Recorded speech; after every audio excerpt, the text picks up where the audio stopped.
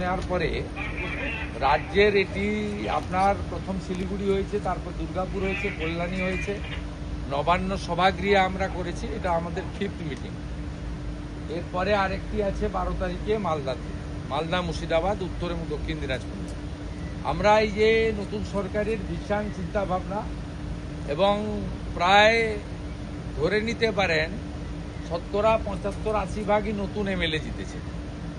Practically নিচের তলায় কাজ বিডিওরা করেন, ওসিআইসিরা করেন, বিভিন্ন লাইং ডিপার্টমেন্ট করেন, ডিস্ট্রিক্ট ম্যাজিস্ট্রেটরা নেতৃত্ব দেন, এসপিরা ল অ্যান্ড অর্ডার দেখেন, এডিএম জেলা পরিষদ তিনি ডেভেলপমেন্টটাকে দেখেন, বিভিন্ন পুরসভায় যারা চিফ এক্সিকিউটিভ অফিসার আছেন, বিভিন্ন ডেভেলপমেন্ট অথরিটিতে যারা সিও কমিশনার আছেন তারা দেখেন। আমরা এটাকে কোঅর্ডিনেশন করার জন্যই করছি। এখন ন্যাচারালি আজকে এখানে 35 জন এমএলএকে আমরা ডেকেছিলাম। সেই এমএলএরা 35 জনই উপস্থিত ছিলেন, ইনক্লুডিং মিনিস্টার্স। 35 জনই এসেছিলেন। তাদের মধ্যে 33 জন আমি যে পার্টি থেকে চিফ মিনিস্টার সেই পার্টির ছিল, অপোজিশনেরও 2 জন তারা ছিল। কারণ আমরা প্রথম থেকেই এমএলএ মিন্স এমএলএ, এমপিদেরও ডেকেছি। এখানে 4-5 জন এমএলএর মধ্যে আনডিভাইডেড মিদনাপুরে 4 জন এমপি ছিলেন এবং একটা অপোজিশনের এমপি তো বলেই ফেললেন যে আপনারা আমাদের স্বাধীনতা দিয়েছেন কথা বলার আপনি, তাই আমি মন খুলে আজকে ডেভেলপমেন্ট ওরিয়েন্টেডই বলেছেন, খুব ভালো ভালো প্রপোজাল দিয়েছেন। ন্যাচারালি আমরা এই বন্ডিংটা তৈরি করতে চাইছি। নির্বাচনের সময় রাজনীতি হবে, সারা বছর কাজ করতে হবে।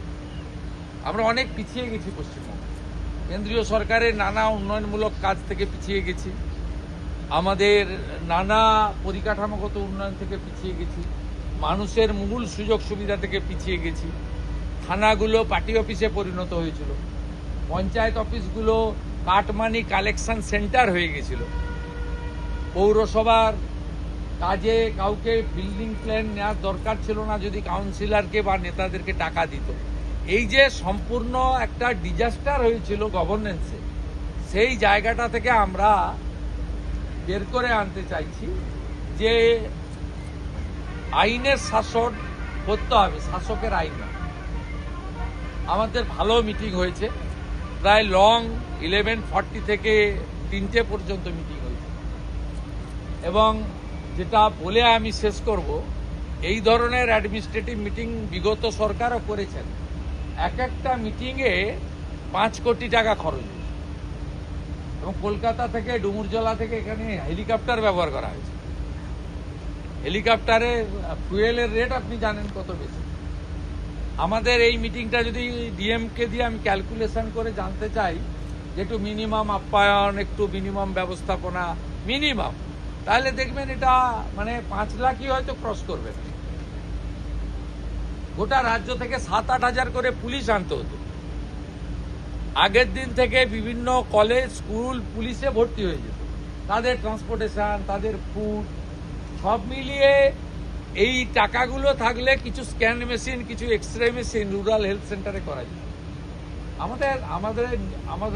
আমাদের চলার পথ পুরোটাই for the people, by the people, of the people. এই সরকার প্রো পিপুল, মানুষের জন্য যা কারণ করবে, আমাদের নিজেদের কিছু কোনো এজেন্ডা নেই।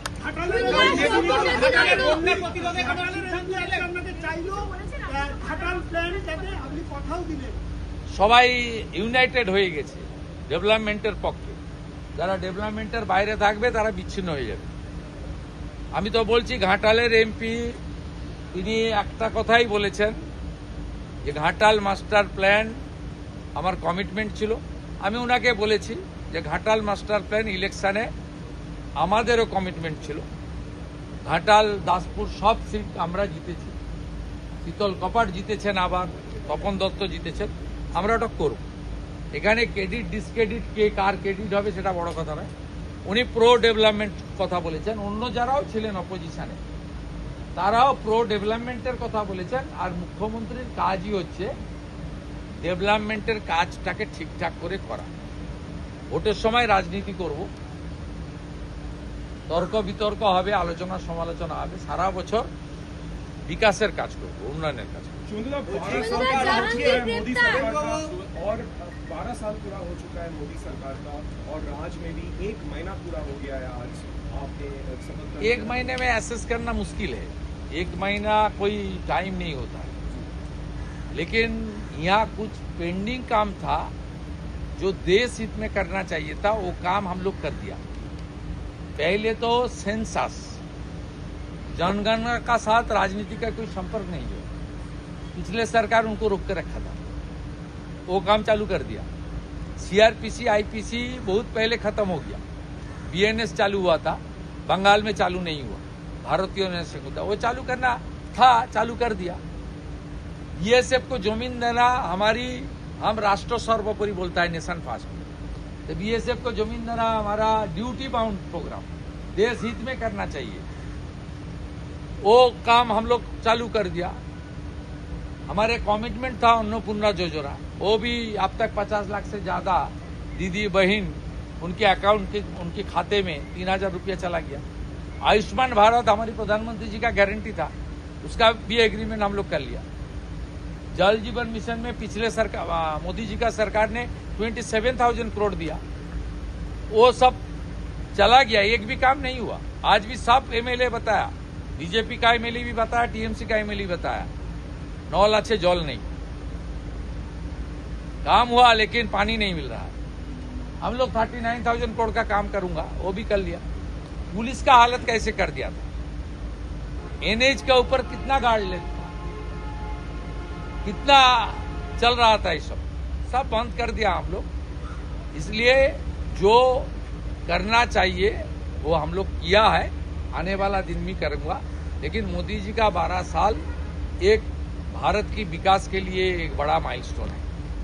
ये 12 साल में उन्होंने देश को दुनिया के अंदर जितना ऊंचा स्थान में ले गया है, देश को, भारत को, ये सब लोग को पता चल गया है। और पूरा सिस्टम को किस तरीके से उन्होंने चेंज कर दिया है। 12 साल का सरकार में एक भी कोई सरकार के खिलाफ कोई कोर्ट में और संसद में और मीडिया के सामने कोई इशू नहीं, माने उसका नेगेटिव इशू नहीं आया। ये मोदी जी का नेतृत्व में संभव हुआ, इसलिए भारत आज विश्व को लीडरशिप दे रहा है, ये बड़ा बात है।